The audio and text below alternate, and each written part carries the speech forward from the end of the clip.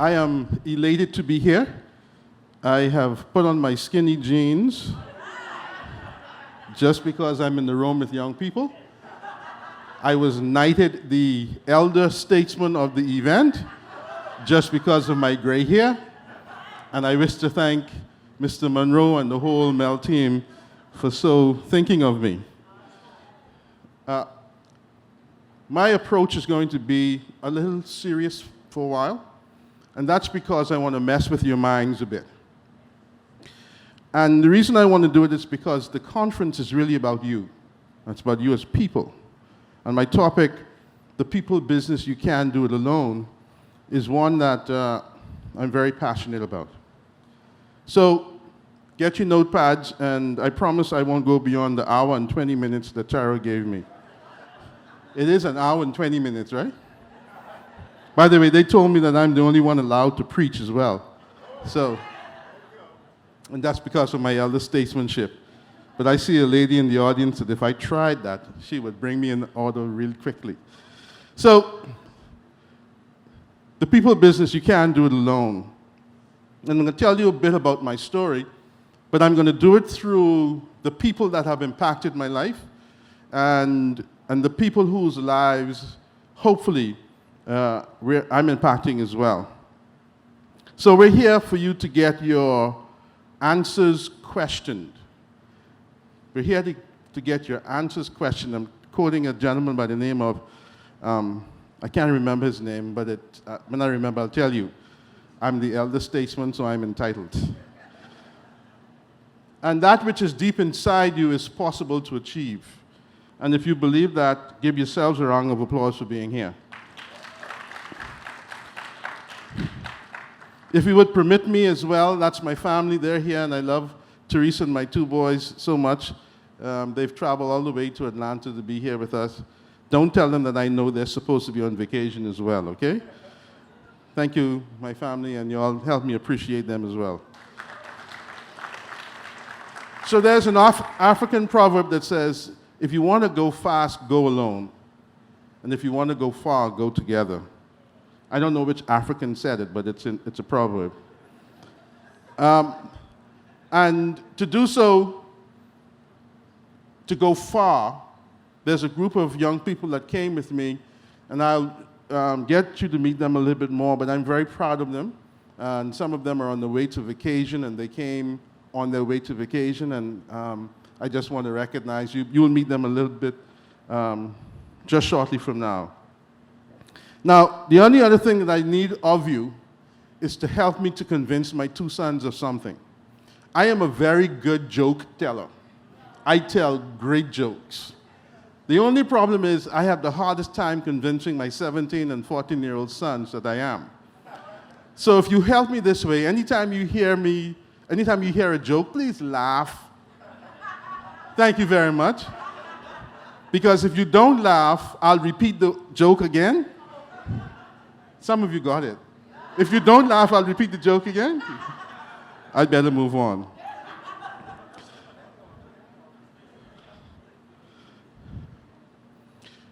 In my life, there have been moments of ordered steps, and I want you to remember these moments of ordered steps. I'm going to give you 5 of them.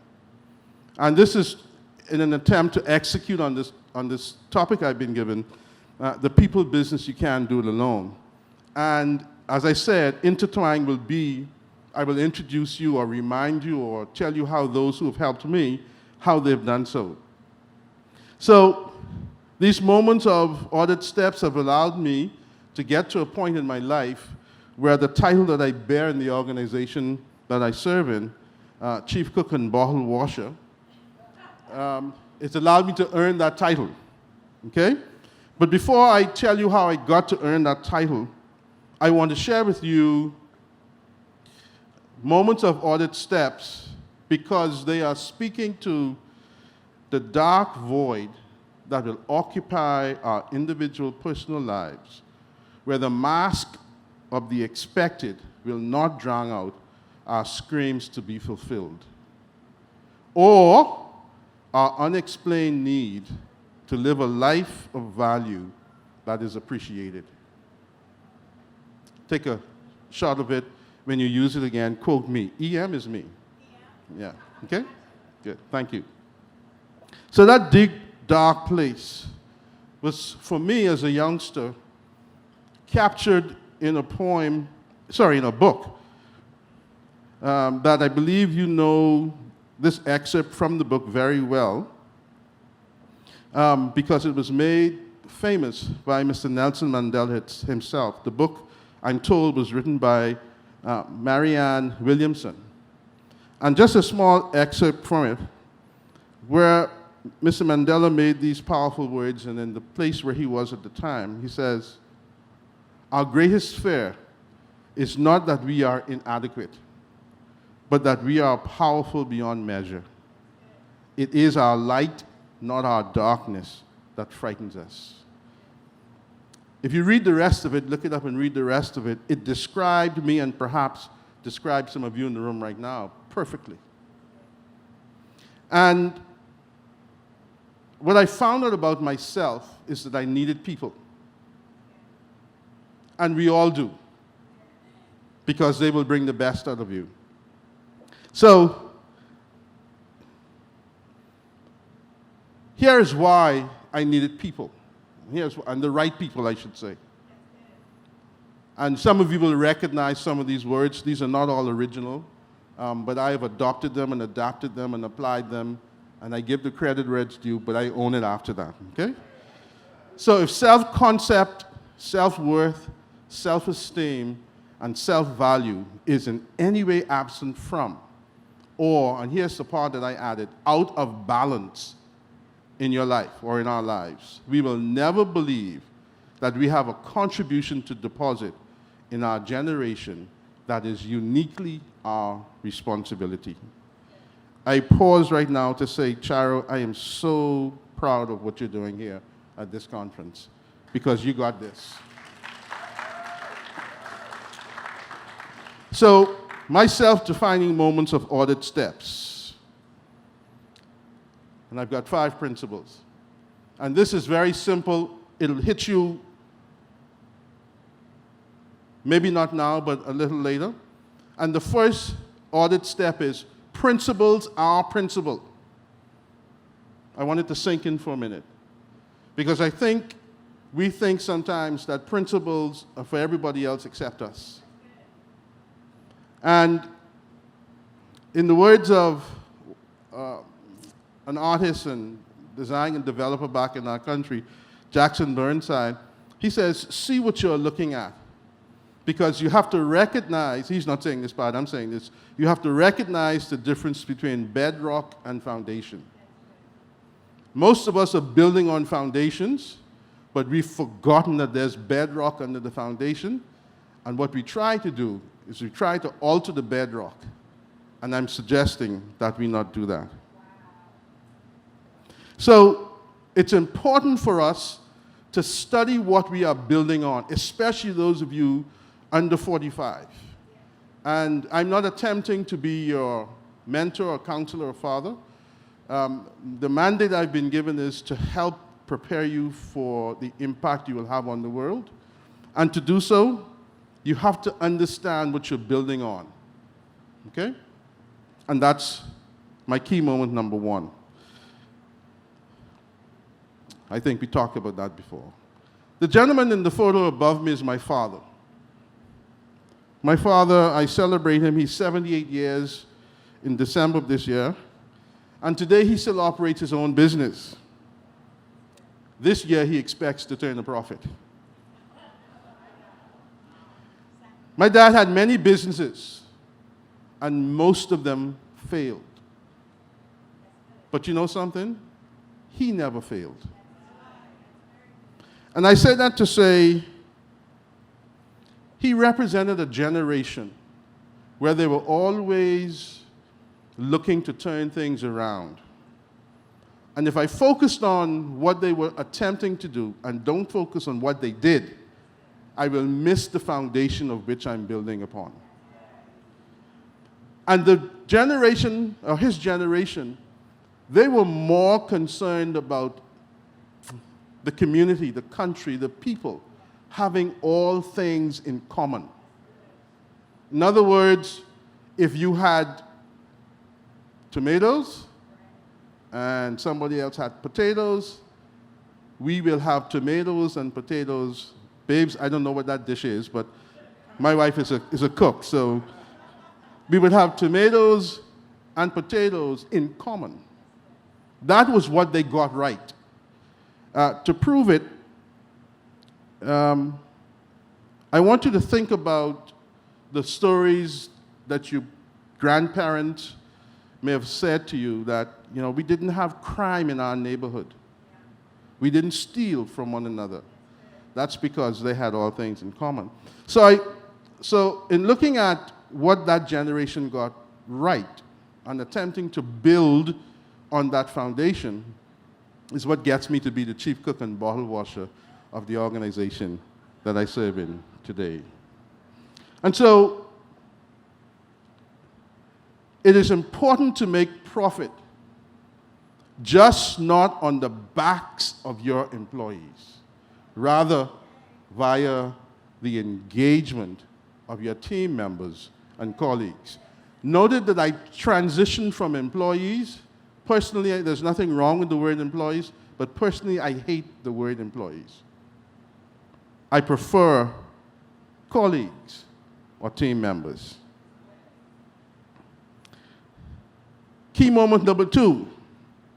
And again, I'm adapting from an unknown author. Life is like a box of crayons. You may not like my color. However, without me, the masterpiece cannot be completed. Right, Jamal? Thank you very much. By the way, Jamal has the nerve of a pit bull. So, if you see life this way, you will begin to understand that you are necessary. Because the big picture means every crayon is necessary. The more you see the picture, the more significant the color. So, the crayon must die to itself in order to become the picture.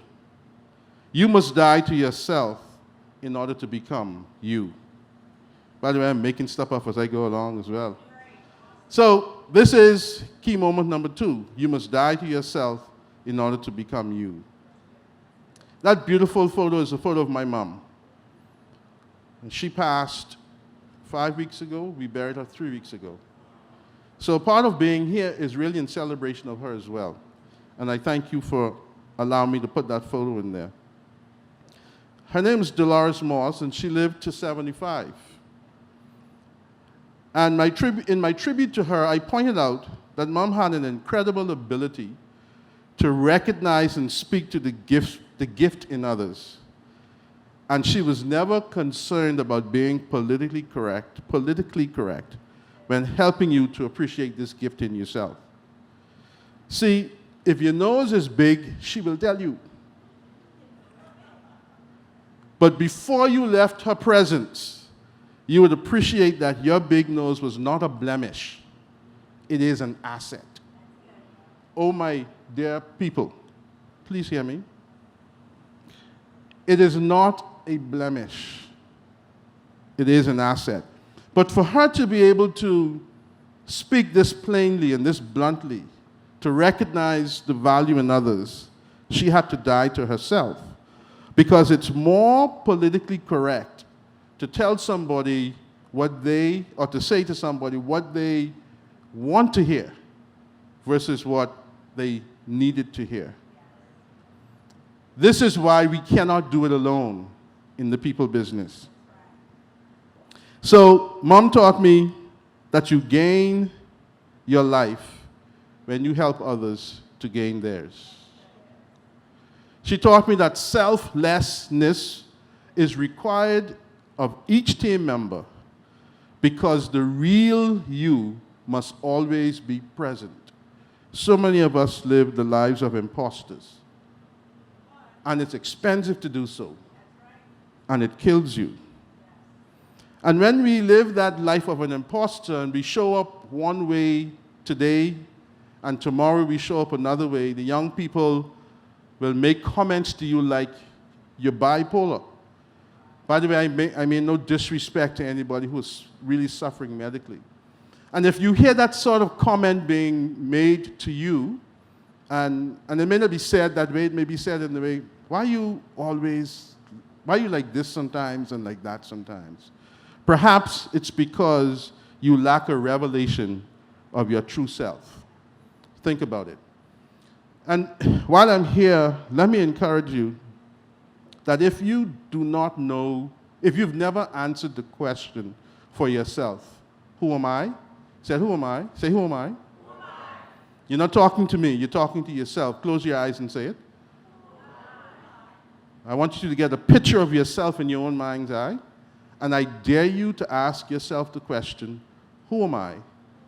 And most importantly, when you leave here today, when you spend time with yourself tonight, through the tears that you may be shedding because life is the way it is, I dare you to ask yourself the question, who am I? And whatever you hear yourself tell yourself, write it down. So the takeaway so far has been that business and really all that we do is about people. So first, understand the foundation you're building on. Second, start where you are, because there are lessons to learn right in the mess that you're in.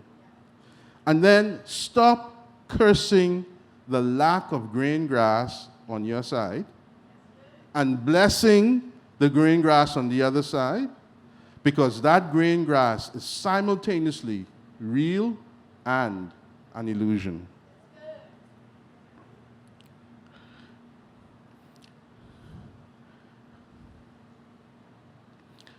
Key moment number 3, and I'm almost done, Charo. It's been an hour so far, right? Key moment number 3. The teacher appears when the student is ready. Again, I'm quoting somebody, don't quite remember who I'm quoting, but always remember that your feet will not go where your mind has not been. And that mentors are the points of reference. Mentorship is the process.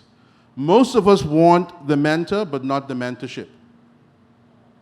I'll say it again. Most of us want the mentor. I want to be just like. I want to do what they are doing.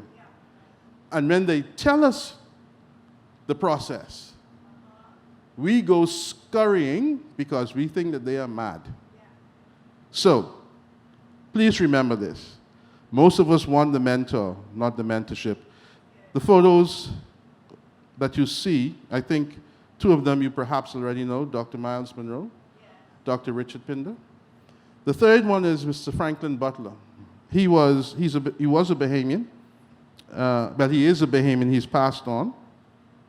And they taught me some very important lessons.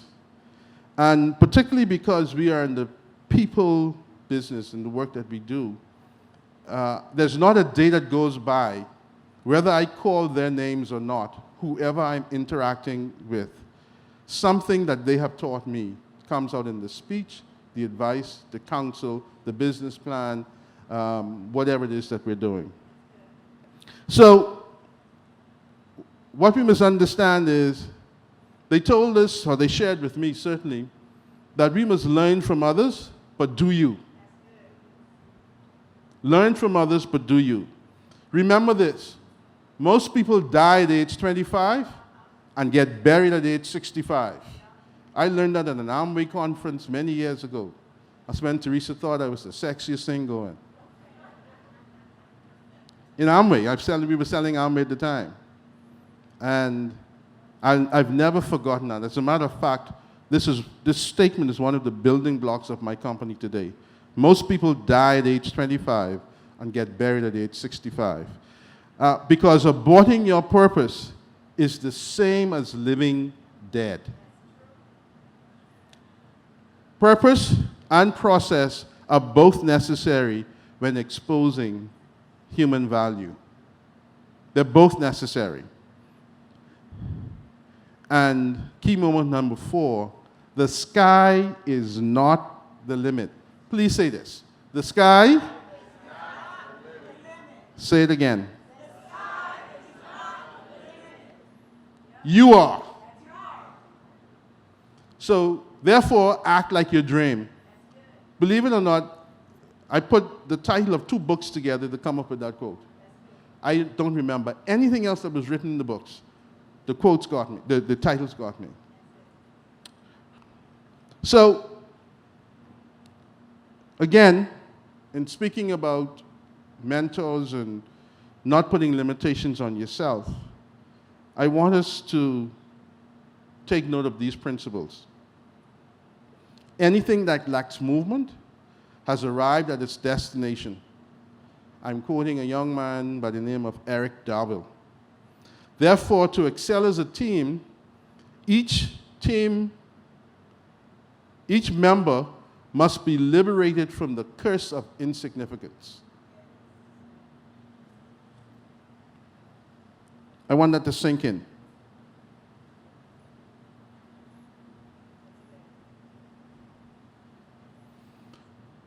Anything that lacks movement has arrived at its destination. Therefore, to excel as a team, we're talking about the people business. You can't do it on your own. Each team member must be liberated from the curse, notice the word curse, of insignificance. The team itself will cause you to see further than you can see on your own. Very, very, very important. I can tell you that the things that we're working on in our organization, it's as a result of being around and being involved with a team of people who continue to cause me to see things that I could never see, even as I carry the vision, so to speak.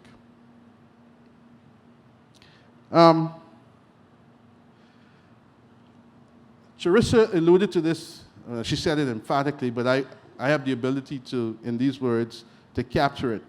Team spirit is not the same as teamwork.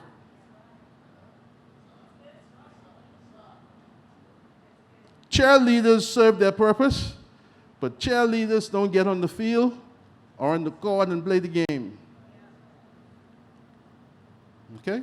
So, be careful of those who, not be careful, celebrate those who celebrate you, but know who's actually on the team and who's working. So this is my team. This is my senior team. 3 gentlemen on your right, your left. We got started together in the year 2000. We started operating 1 petroleum retail service station. Today, and I think we had about 12, 13 employees when we got started. Today, we distribute 30% thereabouts of the product sold in the Bahamas through the stores that we operate. To get you to understand or have a perspective of that, in the Bahamas, we're a very, very small country, and an island of New Providence is even smaller, 21 by 7 miles. If I took the statistics of our operation and transplanted it in a place like the United States or where there are big economies, we would be distributing product through about 1,000 gas stations, as you call them, or service stations. This is the impact that we've been able to have in the community. The team of 6, I call them the senior team because they were there from day 1 or almost day 1. And they have been more impactful, in my opinion, than some pastors, because of the amount of young people over the years that they've influenced and impacted. So as I conclude, and I believe this thing is telling me I'm 10 minutes over, but as I conclude, there are 2 things that you must know. In building your team, you only need 2 types of people. Those who need you to bring the best out of them. That's the first type. And then secondly, those you need to bring the best out of you. May you never forget that the reason why you should do anything that you do will always start and end in people. Thank you for your time.